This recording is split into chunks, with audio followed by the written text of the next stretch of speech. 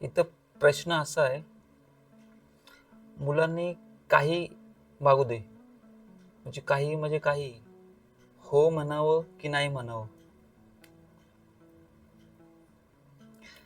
आता परत एकदा सांगतो, प्रश्न नीट सांगतो. तुम्हाला प्रश्न कळला ना, की ॲक्च्युअल आपल्याला काय डिस्कस करायचं आहे, काय आपल्याला इथं बोलायचं आहे तुम्हाला पण कळेल, आणि मला पण काय बोलायचं कळेल, तुम्हाला काय ऐकायचं आहे ते पण कळेल.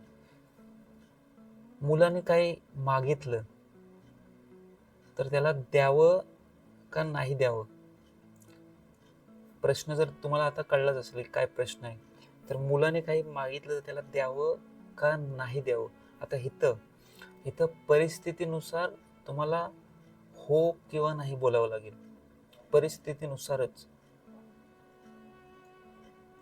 आता आपल्याला अशा गोष्टीवर चर्चा करायची आहे जिथं काही गोष्ट द्यायची गरज नसतेच, तरी आपण देतो, म्हणजे आई वडील देतात.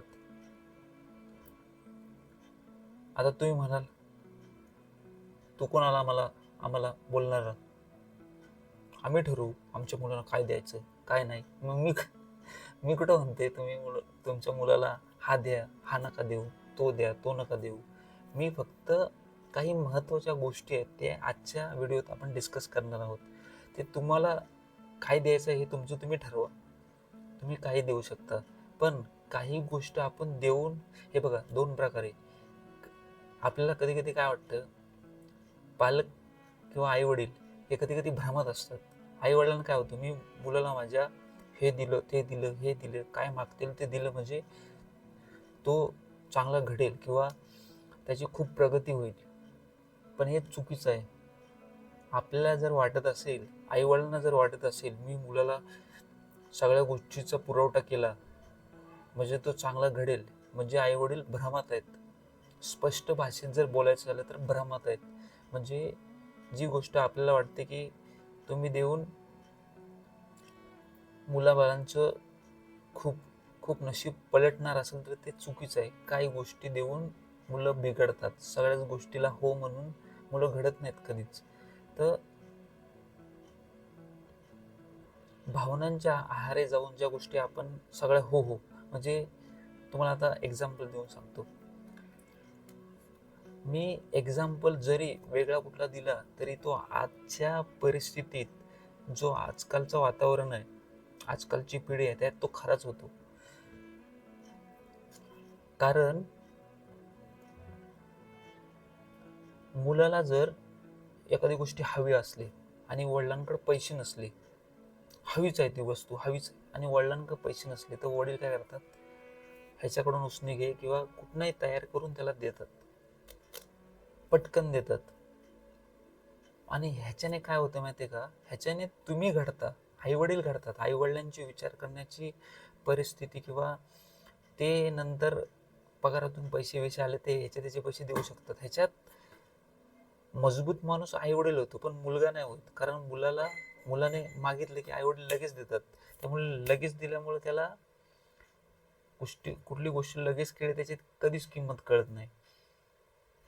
तर असं समजू नका तुम्ही काही मागितलं. आता समजा मोबाईल मागितला आणि तुम्ही मुलगा 25 किंवा 28 किंवा असा कुठल्याही वर्षाचा, 22 वर्षाचा आहे, 20 वर्षाचा आहे मुलगा, त्याने मोबाईल मागितला.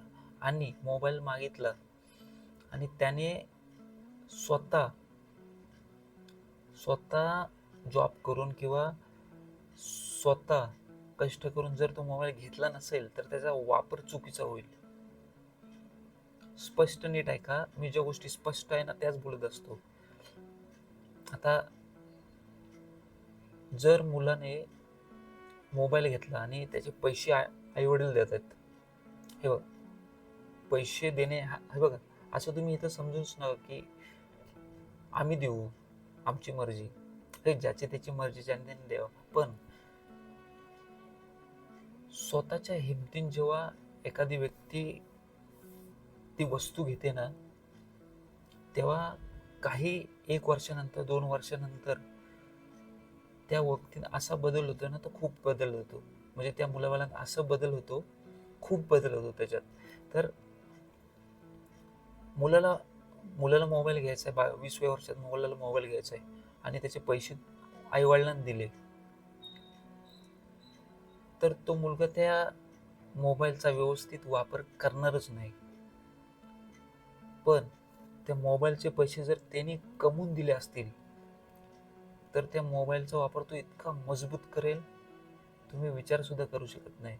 तर हा, हे बघा, आता ज्याची त्याची विचार करण्याची हे आहे. काय काय जण पटकन देऊन टाकतात, काय काय जण नाही देत, काय काय जण आई वडील असे आहेत ना, ते स्वतः म्हणतात तू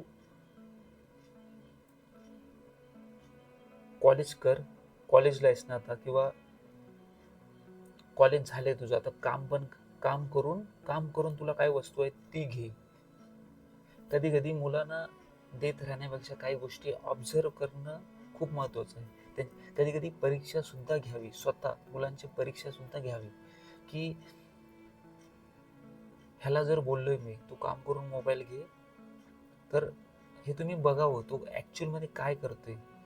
प्रत्येक वेळेस हे मागितलं, मोबाईल मागितला, दिला, पटकन लगेच कशाला पैसे मागितले, दिले, कुठे फिरायला जायचे पैसे मागितले, दिले,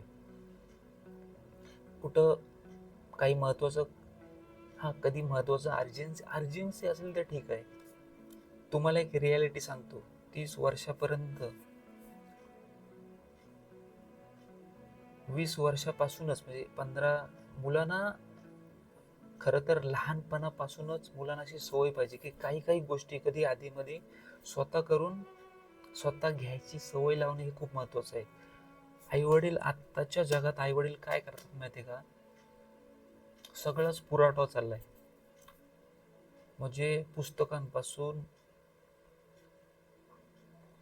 कॉलेज फी, एज्युकेशन फी, फिरायच्या गोष्टी, काय मागतील त्या खायच्या गोष्टी, लग्नाच्या गोष्टी, त्यामुळे मुलं एकदम रिलॅक्स आहेत. मुलं म्हणजे आईवडील जेव्हा पाहिजे तेव्हा लगेच हो म्हणून त्यांना ती गोष्ट देऊन टाकतात. त्यामुळे आजकालचे जो तुम्हाला, आता बऱ्याचशा गोष्टी मी पुढे डिस्कस करणारच आहे, लगेच पटकन तुमच्या डोक्यात नाही येणार. मग जे आजकाल मुलांना काम करायची कंटाळा आहे, काम करायचा कंटाळा, ते ह्याचमुळं लहानपणापासून मुलांना आपण काही गोष्टी करायचा संधीच देत नाहीत.